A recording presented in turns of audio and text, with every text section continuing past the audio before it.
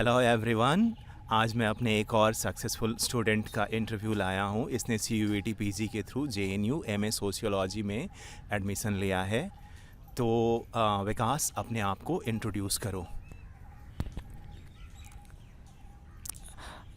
मेरा नाम विकास कुमार है और मैं हजारीबाग ज़िले झारखंड से बिलोंग करता हूँ।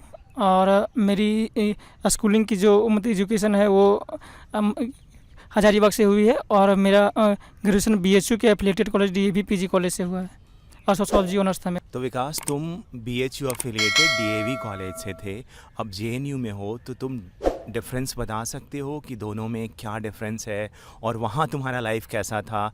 अब यहाँ तुम आ गए हो, तुम्हें हॉस्टल भी अलॉट हो गया है, तो क्या क्या डिफरेंस तुम फील कर पा रहे हो? BHU और JNU में काफ़ी मतलब सिमिलरिटीज़ है, लेकिन डिफरेंसेस के तौर पर फर्स्ट ऑफ ऑल हॉस्टल की है, जिसे मुझे मतलब BHU में के BHU DAV PG कॉलेज में हॉस्टल अलॉट नहीं हुआ था। बट मतलब यहाँ पर JNU में मतलब हॉस्टल मिल गया है। तो वहाँ पर मुझे दिक्कतें आती थी खाना बनाने में, जैसे मतलब बाहर के लॉज में रहने पड़ते थे। अब यहाँ मेस है तो यहाँ पर मतलब हो जाता है खाना का व्यवस्था। विकास, ये बहुत इंटरेस्टिंग बात तुम बता रहे हो कि तुमने CUET PG सोशियोलॉजी क्वालिफाई कर लिया और वहाँ पे तुम्हें खाना भी बनाना पड़ता था। तुम BHU में क्लासेस भी जाते थे, उसके अलावा मेरे भी क्लास अटेंड करते थे। तो Vikas, I am really proud of you that तुमने इतना अच्छा परफॉर्म किया in spite of all this difficulties.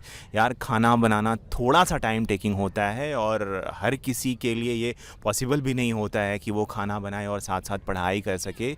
अब विकास, ये बताओ कि तुम्हारा प्रिपरेशन स्ट्रेटजी क्या था? कैसे तुमने प्रिपेयर किया था? बुक्स कैसे फॉलो किया? ठीक है, तुमने मेरे क्लासेस तो लिए ही थे, लेकिन इसके अलावा और क्या क्या किया था अपने प्रिपरेशन में? फर्स्ट ऑफ ऑल मेरी जो मतलब स्ट्रेटजी थी वो सर के मैंने क्लासेस ले लिए थे कोर स्टडी के लिए, कि ताकि मुझे गाइडेंस मिलता रहे और उसमें क्लास भी होती थी।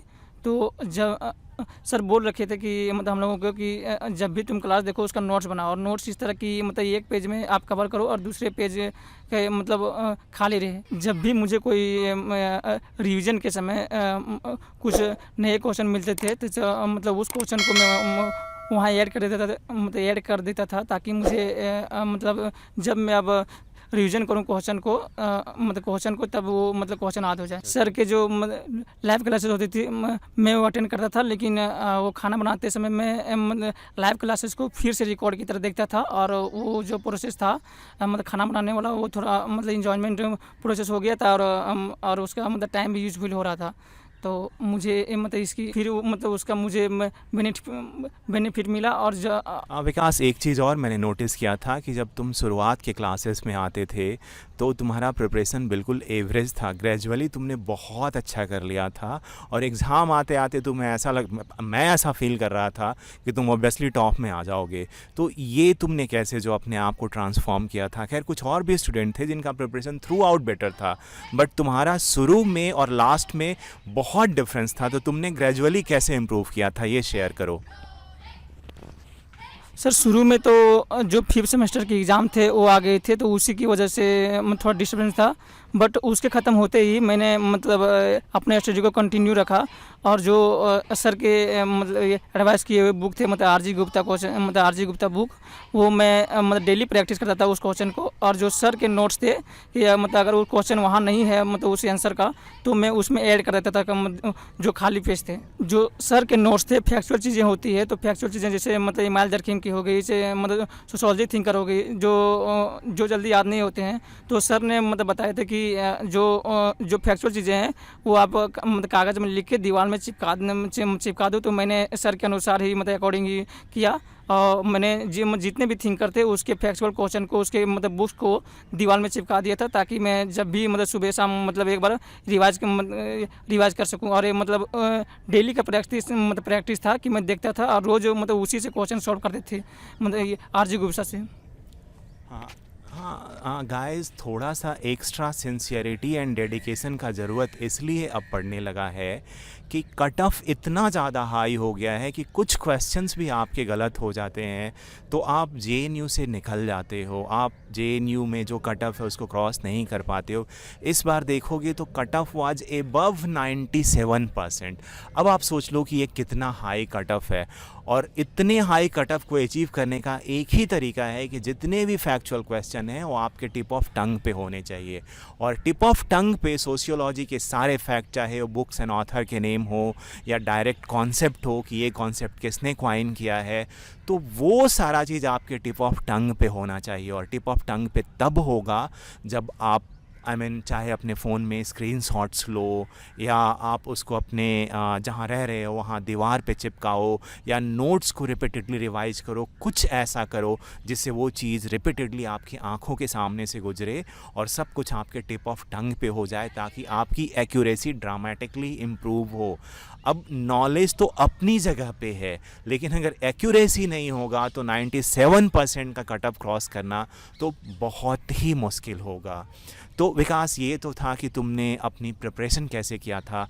क्या अपने प्रिपरेशन में तुमने कोई ऐसा गलती किया है जो तुम एस्पिरेंट से शेयर करना चाहते हो, ताकि वो मिस्टेक ना करें और उनका टाइम एंड एफर्ट वेस्ट ना जाए? जैसे मैंने सर का जो कोर्स था वो मतलब 5th सेमेस्टर में ले लिया था, लेकिन 5th सेमेस्टर में मतलब एग्ज़ाम आ गए थे, तो उसकी वजह से सर के क्लासेस में अटेंड नहीं कर पा रहा था। तो वहाँ मुझे थोड़ी मिस्टेक हुई, जो सर का क्लास अटेंड नहीं कर पाया। बट उसको फिर जब एग्ज़ाम 5th सेमेस्टर के ख़त्म हुए तो जो सर के रिकॉर्डेड लेक्चर थे ऐप पर जो मतलब अवेलेबल थे, उसको मैं फिर से देखा और फिर से उसका नोट्स बेहतर तरीके से बनाया, और फिर उस नोट्स को फिर वो मतलब रिवीजन की तरह लाया और मतलब कंटिन्यू किया सर के साथ। एक और चीज़ विकास मैंने नोटिस किया था कि तुम्हारे प्रिपरेशन में शुरू में तुम ये कहा करते थे कि सर इंग्लिश में मुझे थोड़ा सा इश्यू आ रहा है। सो तुमने लैंग्वेज इश्यू फेस किया था, तो उस चीज़ को कैसे तुमने इम्प्रूव किया, कैसे तुम इंग्लिश के साथ ज़्यादा से ज़्यादा फैमिलियर हुए और इंग्लिश का लेवल तुमने इतना कर लिया कि वो एग्ज़ाम में कोई बैरियर नहीं बन पाया? सर ने सिंपल ही पढ़ाए थे, बट जब भी मुझे कुछ डिफ़िकल्टी होती थी तो मैं गूगल ट्रांसलेट के मतलब हेल्प लेता था और उससे क्वेश्चन सॉल्व होते थे। लेकिन जो चीज़ें आपको मतलब सोशियोलॉजी में पढ़ रहे हैं तो थोड़ी बहुत तो मतलब उसमें लिंग्विस्टिक की प्रॉब्लम आती है, बट धीरे धीरे आप क्वेश्चन को पीएफक्यू को जितना मतलब रीड करिएगा, जितना मतलब क्वेश्चन सॉल्व करिएगा, वो मतलब डिफ़िकल्टी थोड़ी थोड़ी कम होने लगती है।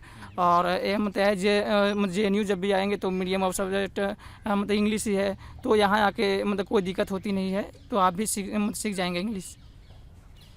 तो गाइज़, ये क्लियर मैसेज उन स्टूडेंट्स के लिए है जो हिंदी या अपने रीजनल लैंग्वेज में स्टडी करते हैं।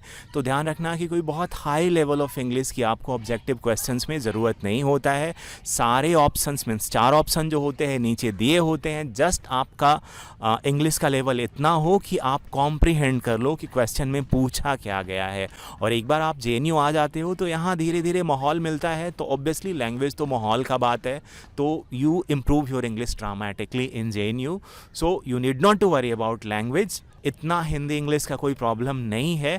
आप इस वजह से डिस्करेज मत हो। ऑब्वियसली थोड़ा सा एक्स्ट्रा एफर्ट पुट करोगे तो आप लैंग्वेज की जो डिफ़िकल्टी है उसको ईजिली कोप अप कर सकते हो।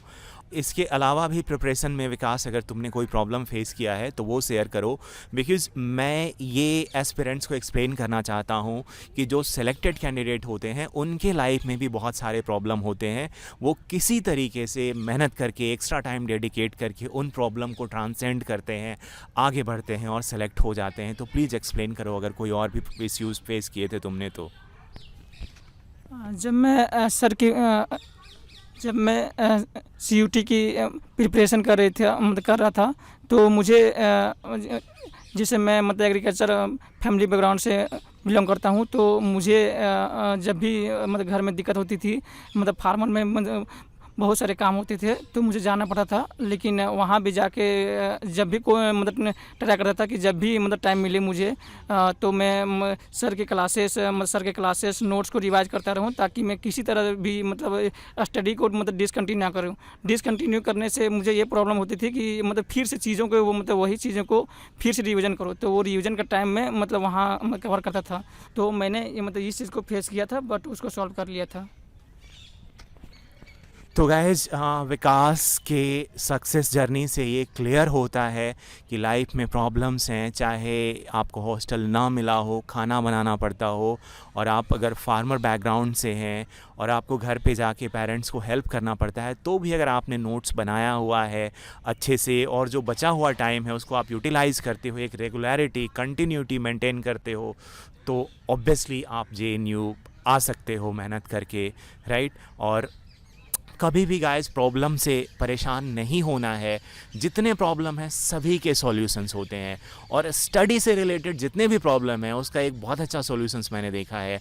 चाहे जितना टाइम मिल पाता हो, 1 घंटा 2 घंटा आधा घंटा, उस टाइम में पढ़ लो, बाकी जो भी काम करना है। पिछले साल भी एक स्टूडेंट था राज, उसके घर में कुछ अनफॉर्चुनेट इंसिडेंट्स हो गए थे, उसके बाद भी उसने मेहनत करके CUET PG के थ्रू JNU आ गया था। तो कभी भी डिस्करेज नहीं होना है, आपको बस किसी तरीके से डेडिकेटेड होकर, डिसिप्लिन्ड वे में मोटिवेटेड होकर के डेली जितना हो सके उतना पढ़ाई करना है, रिवाइज करना है। एग्ज़ाम में अपने नॉलेज को तो मेंटेन करना ही है, साथ साथ थोड़ा बहुत अपने इमोशंस को मेंटेन करो। देखो जैसे भी क्वेश्चन आएंगे सेम क्वेश्चन आएंगे सभी के लिए, तो अगर आपका प्रिपरेशन अच्छा है, आपका प्रिपरेशन टॉप नॉच है, बिल्कुल मेहनत से आपने तैयारी किया है, तो JNU आ जाओगे। तो विकास, अब लास्ट में कोई मैसेज देना चाहते हो स्टूडेंट्स को तो प्लीज़ बताओ। फर्स्ट ऑफ ऑल आप क्लासेस को मतलब रेगुलर लीजिए, मतलब रेगुलर कीजिए, और मतलब जो लाइव क्लासेस उसी मतलब होती है उसे अटेंड कीजिए। और जितने PRQ हैं, जो टेलीग्राम ऐप है वहाँ भी ऐसे बहुत सारे क्वेश्चन PRQ के रूप में होते हैं, तो आप उससे भी सॉल्व कर सकते हैं। और जितने PRQ हो सकते हैं उतने सॉल्व कीजिए। जितना PRQ आप सॉल्व करेंगे उतनी आपकी क्लैरिटी क्वेश्चन में और फैक्चुअल चीज़ें मतलब याद भी होगी और क्लियर भी होंगे क्वेश्चन। और मतलब अगर कोई इशू आती है CUET PG के ड्यूरिंग, तो आप मतलब नीचे कमेंट कर सकते हैं और मैं उनको मतलब रिप्लाई देने की कोशिश करूँगा। तो friends, this was the success story of Vikas who came to JNU via BHU and he is from Hazaribagh. और इसने काफ़ी डिफ़िकल्टी फेस किया ड्यूरिंग प्रिपरेशन, उसके बाद भी JNU में आ गया है। तो डेफिनेटली मुझे लगता है कि इसके सक्सेस जर्नी से आपको इंस्पिरेशन मिलेगा, आपको बेनिफिट होगा। कोई क्वेश्चन हो तो नीचे कमेंट करना, he will try to reply. And thank you so much for watching this video. Thank you.